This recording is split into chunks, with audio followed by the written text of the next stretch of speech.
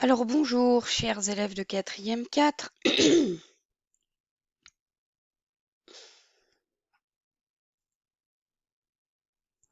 Donc, on a réussi à se connecter avec 10 élèves de la classe ce matin. Les autres, c'est pas possible parce qu'il y a des quotas en fait à l'ENT, parce que les serveurs sont sous-dimensionnés et que ça marche pas donc. Et pour répondre à ce que j'ai expliqué tout à l'heure à ceux qui ont réussi à se connecter, nous ne pouvons pas basculer sur Zoom ou sur d'autres plateformes gratuites parce que nous n'avons pas le droit en fait.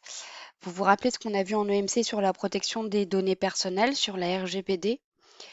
Eh bien en fait, toutes ces plateformes gratuites ne respectent pas, en fait elles sont gratuites parce que c'est ce qu'on avait vu, rappelez-vous, elles revendent les données personnelles qu'elles récupèrent.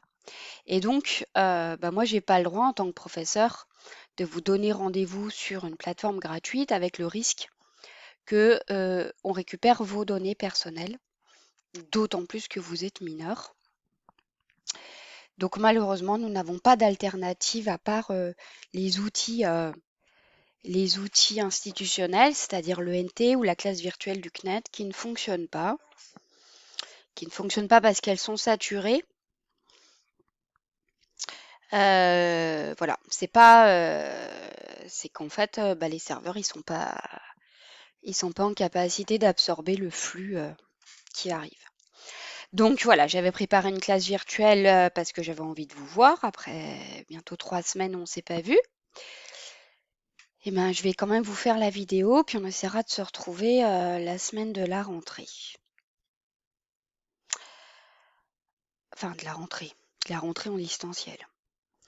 Alors, donc, dans le cahier d'histoire, donc je vous fais la vidéo, vous arrêtez euh, au fur et à mesure que vous avancez, en fait, dans votre cahier. Donc, dans le cahier d'histoire, vous prenez une nouvelle page, vous recopiez en rouge et en majuscule le titre du chapitre, chapitre 2, Conquêtes et sociétés coloniales. Et ensuite, toujours en rouge, vous recopiez la problématique, comment la colonisation renforce-t-elle la domination de l'Europe dans le monde. Donc là, vous faites pause, vous copiez et vous passez à la suite. Ensuite, donc, vous avez la fiche d'objectif. Donc, la fiche d'objectif, je vous la montre, hein, voilà. Ou bien vous l'imprimez et vous la collez. Je l'ai mise en PJ sur Pronote. Ou bien vous n'avez pas d'imprimante. Et donc, dans ce cas-là, si vous avez envie, vous la recopiez. Sinon, vous attendrez la rentrée qu'on se voit en vrai, pour la coller. Alors ensuite, vous recopiez en rouge le grand 1, l'abolition de l'esclavage. Donc, vous recopiez en rouge le grand 1, l'abolition de l'esclavage, et vous collez la feuille que je vous avais fait passer que vous deviez faire pendant mon isolement, et qu'on va donc corriger.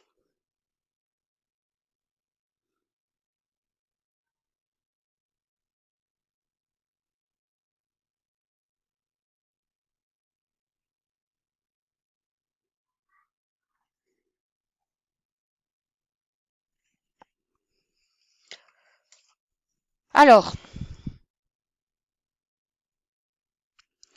donc, quand et au nom de quel principe la République abolit-elle définitivement l'esclavage? Quel dédommagement les propriétaires d'esclaves obtiennent-ils?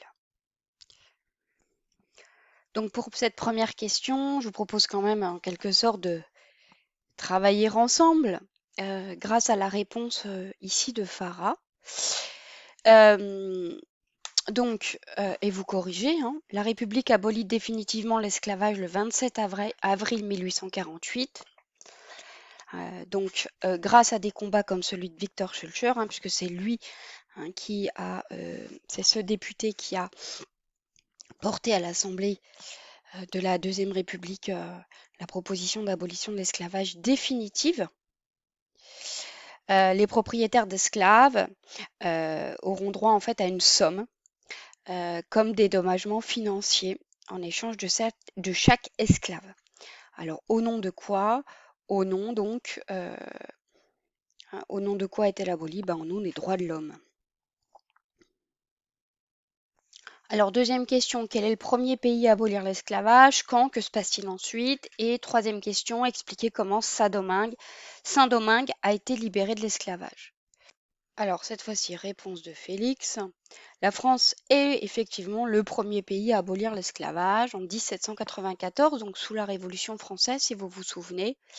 Mais ensuite, Napoléon Ier va le rétablir.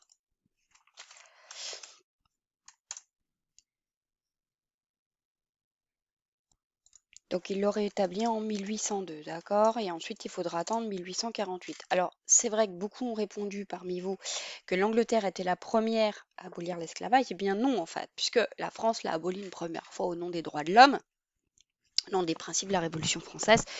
Mais comme elle a été rétablie, finalement, entre-temps, en 1833, l'Angleterre elle, aboli l'esclavage et il ne sera jamais rétabli en Angleterre. Alors, que s'est-il, donc cette fois réponse de Jules pour la troisième question. Que s'est-il passé donc à Saint-Domingue? Donc à Saint-Domingue, il y a effectivement une révolte des esclaves en 1790 et s'ensuit une guerre en fait de libération et de décolonisation qui est menée par le général Toussaint Louverture. Et donc la première république indépendante liée d'une ancienne colonie esclavagiste, c'est Haïti. Donc c'est-à-dire la moitié en fait de l'île de Saint-Domingue. Vous prenez bien les réponses aux questions. Alors ensuite pour le tableau. Donc là c'est le travail d'Amina. Pour le tableau, donc vous aviez la comparaison entre deux textes, l'un pour évidemment l'abolition de l'esclavage et l'autre qui s'y oppose. Alors le premier texte, c'est justement un texte de Victor Schœlcher dans son livre qui s'appelle Esclavage et colonisation, qui est évidemment un plaidoyer pour la fin de l'esclavage de 1840. Donc qu'est-ce qu'il dit Victor Schœlcher? Et donc effectivement il fallait relever des passages du texte. Il dit que les Noirs sont nos égaux, qu'ils ont droit à leur liberté car elle ne peut pas être vendue. Et il dit que l'esclavage est une injure à la dignité humaine. À l'opposé, un planteur, c'est-à-dire un colon qui est propriétaire d'une plantation, intervient donc lors d'une séance du Conseil colonial de la Martinique en 1839. Et évidemment, lui, il est opposé à la fin de l'esclavage. Et donc, il dit que si l'esclavage est aboli, les cultures seront abandonnées, des incendies, des massacres et des pillages auront lieu. Donc, ensuite, une fois que vous avez fini de corriger ça, vous pouvez recopier en rouge, grand 2, les conquêtes coloniales. Vous recopiez en vert, ensuite petit 1.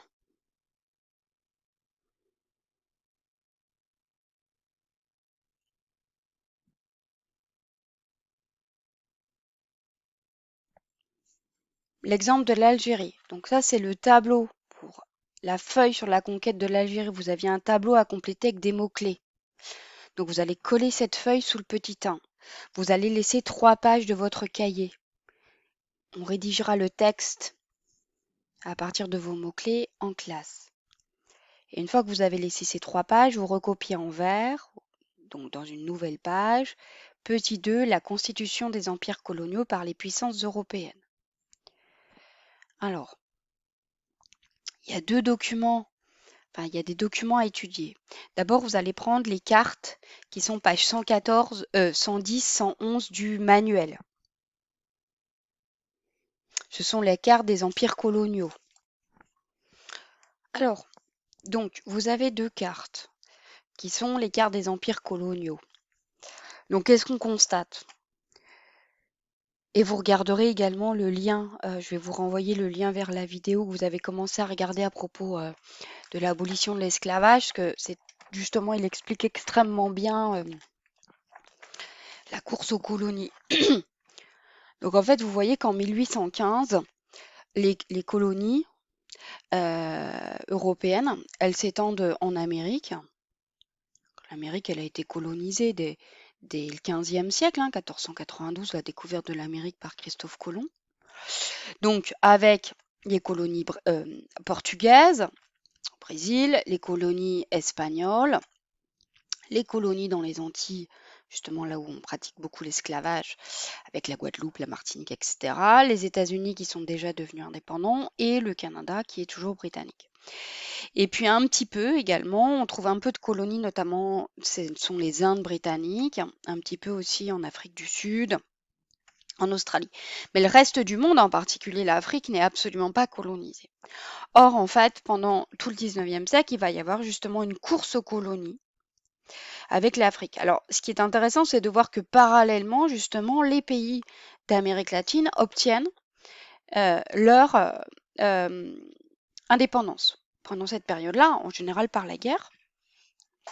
Et par contre, il va y avoir une véritable course aux colonies qui va se faire donc au niveau de l'Afrique. Et donc l'Afrique va être découpée, littéralement, vous voyez, puisqu'on voit bien que les morceaux, en plus, on voit bien que les tracés des frontières, en fait, elles sont complètement rectilignes, elles sont géométriques, ça veut dire qu'évidemment, ils ne respectent absolument pas l'existence de peuples ici. Et donc, avec notamment les grandes colonies françaises, l'Afrique équatoriale française, l'AEF, et l'Afrique occidentale française, l'AOF. Vous voyez, avec un énorme morceau comme ça de colonies françaises. Et puis les Britanniques. Les Britanniques qui, à partir de leurs colonies du sud, sud-africaines, vont ainsi conquérir un grand territoire, ici, et puis à l'est. Et puis entre-temps également l'Australie et l'Empire des Indes. Donc on a vraiment deux empires coloniaux qui vont devenir très dominants. L'Empire d'abord britannique, ensuite l'Empire français. Et ensuite, on voit qu'on a d'autres, que les autres puissances européennes vont chercher aussi à se tailler des colonies. Donc on a quelques colonies italiennes, quelques colonies allemandes. Alors les Allemands sont les derniers arrivés, donc ils n'ont pas obtenu grand-chose. Des colonies belges, enfin le Congo, qui est la colonie belge en Afrique. Donc on voit vraiment que l'Europe a colonisé le monde et qu'elle va notamment constituer donc des grands empires. Alors c'est la carte que vous aurez à faire à la maison. Et la colonie française en Asie, c'est l'Indochine, ici. Péninsule indo-chinoise qui est conquise par la France au XIXe siècle. Donc le texte, page 114, c'est le texte de Jules Ferry qui justifie la colonisation, parce que Jules Ferry, c'est le ministre de l'instruction publique de l'école laïque gratuite et obligatoire, mais c'est aussi c'est un grand partisan de la colonisation. Donc on lit ensemble, les colonies sont pour les pays riches un placement de capitaux des plus avantageux. Au temps où nous sommes et dans la crise que traversent toutes les industries européennes, la fondation d'une colonie, c'est la création d'un débouché. Messieurs, il y a un second point que je dois également aborder, c'est le côté humanitaire et civilisateur de la question. Il y a pour les races supérieures un droit parce qu'il y a un devoir pour elles. Elles ont le devoir de civiliser les races inférieures. Les nations, au temps où nous sommes, ne sont grandes que par l'activité qu'elles développent. Rayonner sans agir, sans se mêler aux affaires du monde, c'est descendre au premier rang, du premier rang au quatrième, au troisième et au quatrième. Donc en gros, on a trois arguments qui sont des arguments de défense de la colonisation. C'est le débouché pour les industries. C'est la mission civilisatrice de l'Europe et en particulier de la France. Et donc là, on retrouve race supérieure, race inférieure. Évidemment, il y a une conception raciste. À l'époque, c'est tout à fait normal, c'est commun d'être raciste. Et enfin, la nécessité, les colonies sont une possibilité d'être puissants, en fait. Donc la puissance coloniale. Donc ce cours se termine sur la trace écrite qu'il faut donc recopier à la maison sur son cahier sous le petit 2 et vous avez donc ensuite la carte à faire à coller à la suite aussi. Bon courage à tous, à bientôt.